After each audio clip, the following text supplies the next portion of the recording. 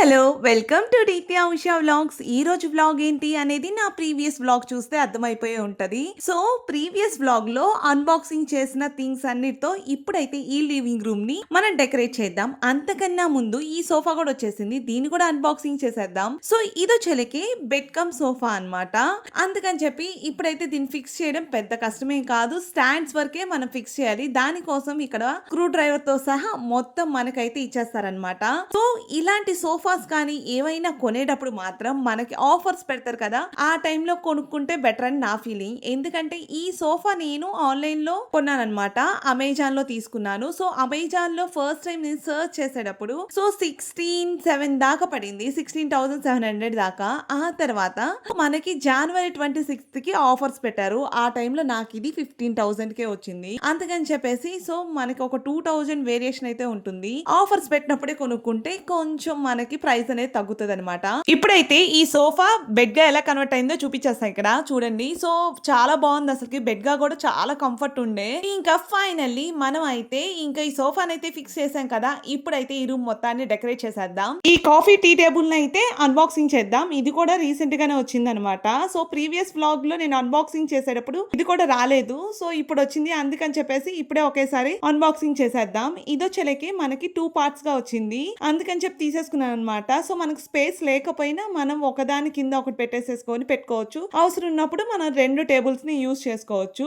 Next వచ్చేలకి ఈ planter stands అనమాట. So ఈ ప్లాంటర్ స్టాండ్స్ అయితే నిజంగా లివింగ్ రూమ్ కి చాలా బాగుంటాయి. సో ఒకటి చిన్నది ఒకటి పెద్దది వచ్చిందని నేను ప్రీవియస్ వ్లాగ్ లోనే చూపించాను కదా. సో ఇప్పుడైతే చిన్నదైతే సోఫా పక్కన పెడుతున్నాను, పెద్దది వచ్చేలకే మాత్రం మన టీవీ షెల్ఫ్ ఉంటుంది కదా, దాని పక్కన పెట్టేస్తున్నాను. ఇప్పుడైతే ఈ ట్రీ ఉంది కదా, ఈ ట్రీని అయితే మనం అటు ఇటు కదలకుండా పెట్టాలి. సో అందుకని చెప్పేసి ఇప్పుడు మనం అన్బాక్సింగ్ చేసిన దాంట్లో థర్మోకోల్ షీట్స్ వచ్చాయి కదా, వాటితో అయితే దీన్ని అయితే ఇప్పుడు సెట్ చేస్తున్నాను అనమాట ఈ ప్లాంటర్ స్టాండ్ లో. సో అవన్నిటిని పెట్టడం వల్ల అటు ఇటు కదలకుండా ఉంటది అని చెప్పేసి. సో ఇదైతే పర్లేదు, చాలా ఈజీగా అనిపించింది. కానీ ఈ ట్రీకి అయితే మాత్రం చాలా కష్టం వేసింది. ఎందుకు అని అంటే మనకి కింద పాట్ ఏమి ఇవ్వలేదు, అందుకని చెప్పి కొంచెం కష్టం వేసింది. సో ఎలాగోలా ఫైనల్ గా కష్టపడి అయితే దీన్ని కూడా నుంచో పెట్టేసాం.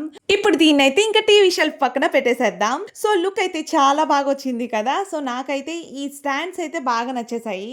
నెక్స్ట్ వచ్చేలకి ఈ టీవీ షెల్ఫ్ దగ్గరికి వచ్చేద్దాం. సో ఈ టీవీ షెల్ఫ్ ని కూడా కొంచెం డెకరేట్ చేద్దాం, చాలా ఎంటీగా ఉంది కదా. సో ఇప్పుడైతే నేను హ్యాంగింగ్ లీవ్స్ అయితే తీసుకున్నాను అనమాట. ఇవి పెయిర్ వచ్చేసాయి కదా, సో అందుకని చెప్పేసి దీనికి కూడా మనకి కింద బేస్ అయితే ఏమి ఇవ్వలేదు, జస్ట్ స్ట్రింగ్స్ ఇచ్చారు కాబట్టి దాన్ని అయితే సేమ్ థర్మాకోల్ షీట్ పెట్టి దానిలో ప్రెస్ చేసేసాయి అనమాట.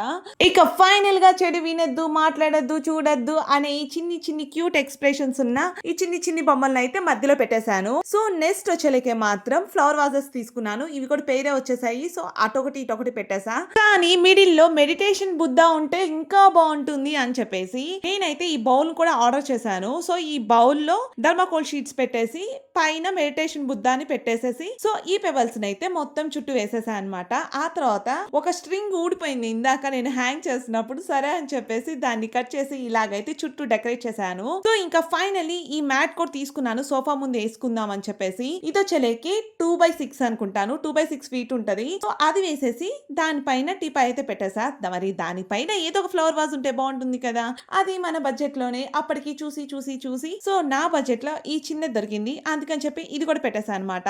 ఇంకా ఫైనల్ గా ఏదో మిస్ అయింది కదా. సో సోఫా బ్యాక్గ్రౌండ్ లో వాల్ కి ఏమన్నా స్టిక్ చేస్తే బాగుంటుంది కదా, అందుకని చెప్పేసి వీటిని అన్నిటిని అయితే స్టిక్ చేసా అనమాట. మనకి దీని బ్యాక్ కే 2 సైడ్ టేప్ ఉంది కదా, అది ఇచ్చేసారు. సో జస్ట్ తీసి స్టిక్ చేసేయడమే.